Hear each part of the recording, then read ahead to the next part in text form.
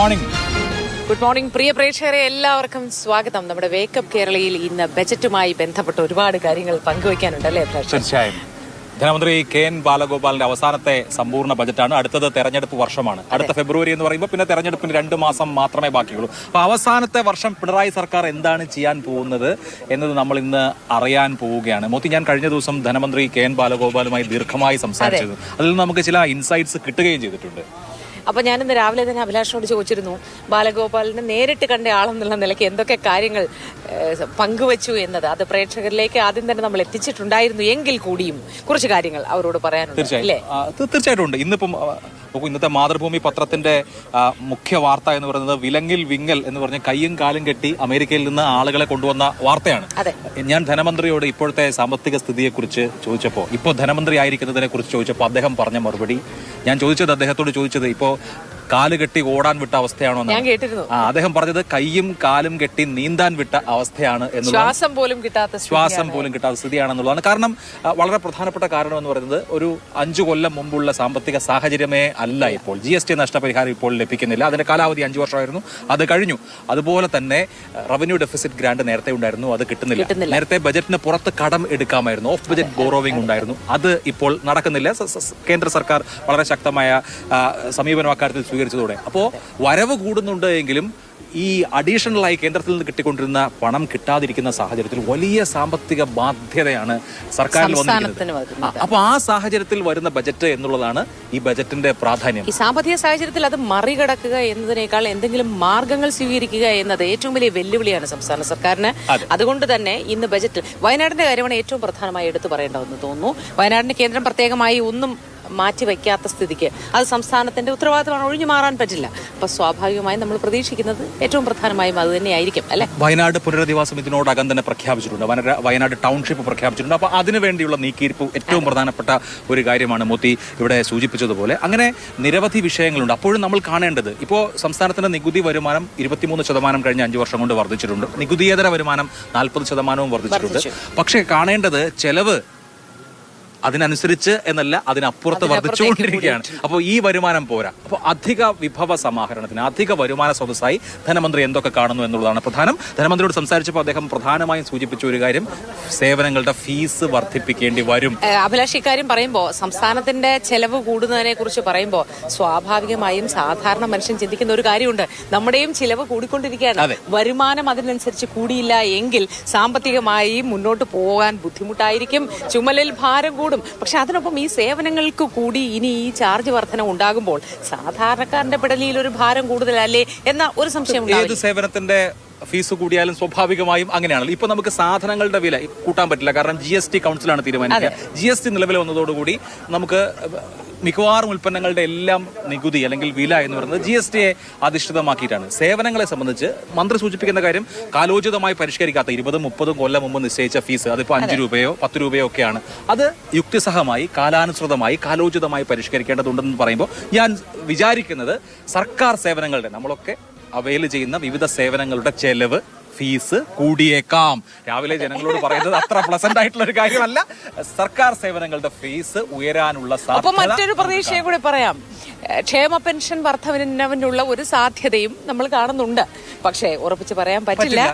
ക്ഷേമ പെൻഷൻ 2500 രൂപയാക്കും എന്നുള്ളതാണ് ഇടതുപക്ഷ ജനാധിപത്യ മുന്നണി സർക്കാരിന്റെ തെരഞ്ഞെടുപ്പ് പ്രകടന പത്രികയിലെ വാഗ്ദാനം. പക്ഷെ കഴിഞ്ഞ 4 തവണയും ധനമന്ത്രിക്ക് 1 രൂപ പോലും ക്ഷേമ പെൻഷൻ കൂട്ടാൻ കഴിഞ്ഞിട്ടില്ല. കഴിഞ്ഞ 4 തവണയും കൂട്ടാൻ പറ്റാത്തത് കൊണ്ട് ഇത്തവണ കൂട്ടിയേക്കാം, അടുത്ത കൊല്ലം ഇലക്ഷനാണ്. പക്ഷെ കെ.എൻ. ബാലഗോപാൽ ഒരു കാര്യം അഭിലാഷിനോട് സംസാരിച്ചപ്പോൾ തന്നെ പറഞ്ഞിരുന്നു എന്ന് തോന്നുന്നു, കൂട്ടുക എന്നതിനേക്കാൾ കൃത്യമായി ഇത് നൽകുക എന്നതിനാണ് ഇപ്പോൾ പ്രാധാന്യം കൊടുക്കുന്നത്. പ്രയോറിറ്റി അതിനാണെന്ന് ധനമന്ത്രി വിശദീകരിക്കുന്നത്. അതായത് ഇപ്പൊ 3 മാസത്തെ കുടിശ്ശികയുണ്ട്, ആ കുടിശ്ശിക തീർക്കണം, കൃത്യമായി എല്ലാ മാസവും പെൻഷൻ കൊടുക്കണം. സർക്കാരിന്റെ സാമ്പത്തിക സാഹചര്യം ഞാൻ നേരത്തെ പറഞ്ഞല്ലോ. അപ്പോൾ കൂട്ടുന്നതിനല്ല കൊടുക്കുന്നതിനാണ് പ്രയോറിറ്റി എന്ന് ധനമന്ത്രി പറയുമ്പോൾ അതിനർത്ഥം കൂട്ടാനും കൂട്ടാതിരിക്കാനും സാധ്യതയുണ്ട് എന്നാണ്.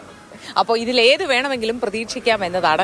സാധാരണക്കാരനെ ബാധിക്കുന്ന ഏറ്റവും പ്രധാന പ്രശ്നം സാധനങ്ങൾക്ക് വില കൂടുമോ അല്ലെങ്കിൽ സേവനങ്ങൾക്ക് വില കൂടുമോ, ബാധ്യത ഉണ്ടാകുമോ, ബുദ്ധിമുട്ടാകുമോ, ഇത്തരം കാര്യങ്ങളായിരിക്കും എനിക്ക് തോന്നുന്നു എല്ലാവരും പ്രതീക്ഷിച്ചിരിക്കുന്നത്. ഏതായാലും 9 മണി വരെ മാത്രമേ നമുക്ക് അതിന് കാത്തിരിക്കേണ്ടതുള്ളൂ.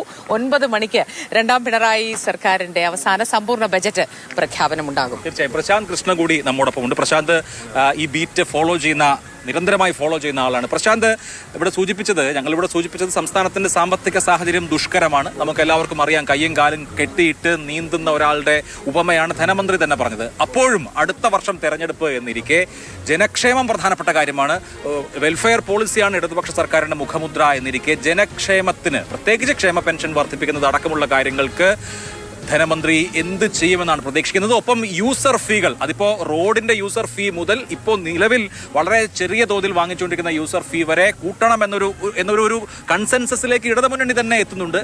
CPM-ൽ അക്കാര്യത്തിലൊരു ധാരണയായിട്ടുണ്ട്. അപ്പോൾ കുറച്ചുകൂടി ടഫായിട്ടുള്ള, അതായത് ജനങ്ങളെ സംബന്ധിച്ച് ബുദ്ധിമുട്ടുള്ള ഒരു ധനമന്ത്രിക്ക് എടുക്കാൻ കഴിയുന്ന ടഫ് സ്റ്റെപ്സ് KN ബാലഗോപാൽ എടുത്തേക്കുമോ? എന്ത് തോന്നുന്നു? Abhilash, good morning.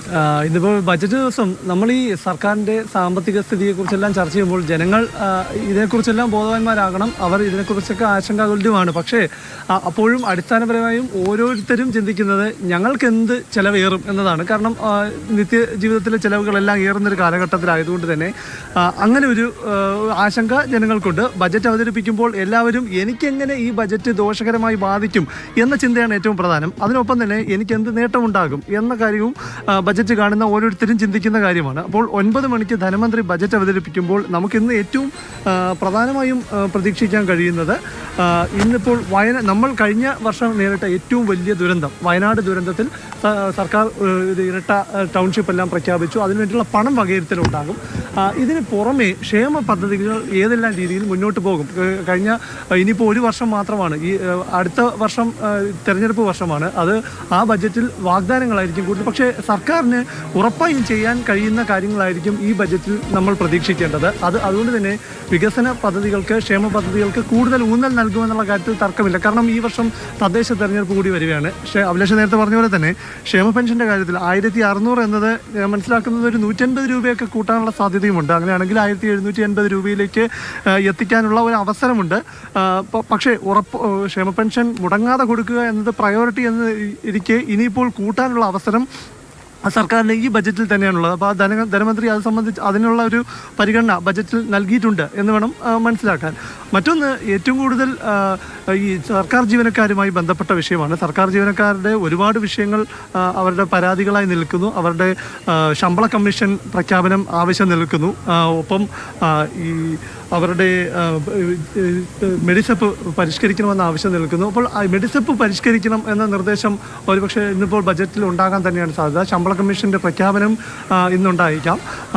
ഇതിന് പുറമെ ഏറ്റവും കൂടുതൽ എല്ലാവരും ആകാംക്ഷയോടെ കാത്തിരിക്കുന്നത്, അല്ലെങ്കിൽ ആശങ്കയോടെ നോക്കിക്കാണുന്നത്, ഏതൊക്കെ തരത്തിലാണ് വർധനകൾ ഉണ്ടാകുക എന്നുള്ളത്. ധനമന്ത്രി കഴിഞ്ഞ ദിവസം തന്നെ വ്യക്തമാക്കിയിട്ടുണ്ട്. ഈ 2 രൂപയൊക്കെ ഉള്ള ചില ഫീസുകൾ വർദ്ധിപ്പിക്കേണ്ടത്, കാലോചിതമായി വർദ്ധിപ്പിക്കേണ്ട ആവശ്യകതയുണ്ട്. അപ്പോൾ കഴിഞ്ഞ ബജറ്റിലെല്ലാം നമുക്കറിയാം, ഈ അത്തരം വർധനകൾ നടപ്പാക്കുമ്പോൾ അത് സാമാന്യ ജനത്തെ മുഴുവനായി ബാധിക്കുന്ന വർധനകളായി മാറുമോ എന്നതാണ്. കഴിഞ്ഞ ബജറ്റിലെല്ലാം ഈ ബിൽഡിംഗ് ടാക്സുമായി ബന്ധപ്പെട്ട വർധനയെല്ലാം വന്നപ്പോൾ അത് വലിയ പ്രതിഷേധമുണ്ടാകുകയും പിന്നീട് അത് വെട്ടിക്കുറയ്ക്കലിലേക്കൊക്കെ പോവുകയും ചെയ്തിരുന്നു. അപ്പോൾ പൊതുവെ എല്ലാ ജനങ്ങളെയും ബാധിക്കുന്ന തരത്തിലുള്ള ഫീസ് വർധനയിലേക്ക് പോകാതെ സർക്കാരിന് വരുമാനം കൂട്ടുകയും എന്നാൽ ചില പ്രധാനപ്പെട്ട തന്ത്രപ്രധാന മേഖലയിൽ കാലോചിതമായി വർദ്ധിക്കാത്ത ഫീസുകൾ, ഇപ്പോൾ നമുക്കറിയാം തിരുവനന്തപുരം മെഡിക്കൽ കോളേജിലെ OP ഫീസ് എല്ലാം 5 രൂപയിൽ നിന്ന് 10 രൂപയാക്കിയപ്പോൾ ഉള്ള പ്രതിഷേധം പോലും നമുക്കറിയാം. അപ്പോൾ ഒരു കാര്യം ഉറപ്പാണ്, ഏത് തരത്തിലുള്ള ഫീസ് വർധന ഉണ്ടായാലും പ്രതിഷേധം സ്വാഭാവികമാണ്.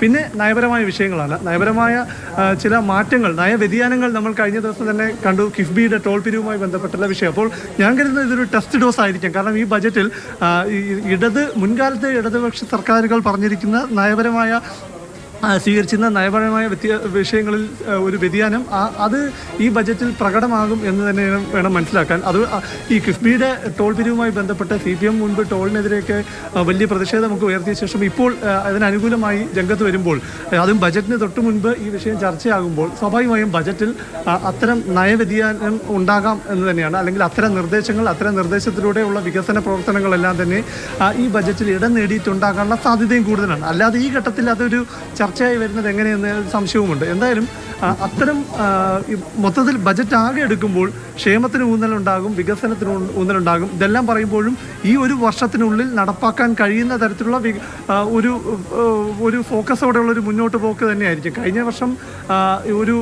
സൺറൈസ് എക്കണോമി എന്ന കാഴ്ചപ്പാടോടെ മുന്നോട്ട് പോയെങ്കിൽ ഇത്തവണ എന്താണ് ധനമന്ത്രിയുടെ കാഴ്ചപ്പാട്? ഈ വിഴിഞ്ഞം തുറമുഖം കേരളത്തിൻ്റെ ഏറ്റവും പ്രധാനപ്പെട്ട ഒരു വികസന നാഴികക്കല്ലായി മാറുമ്പോൾ വിഴിഞ്ഞത്തിൽ ഊന്നിയുള്ള ഭാവി വികസന സങ്കല്പങ്ങളും പദ്ധതികൾക്കും ഒരു പ്രധാന ഇടമുണ്ടാകും എന്ന് വേണം മനസ്സിലാക്കാൻ. കാരണം ഒന്നാം ഘട്ട ഉദ്ഘാടനം നടക്കാൻ പോവുകയാണ്. അത്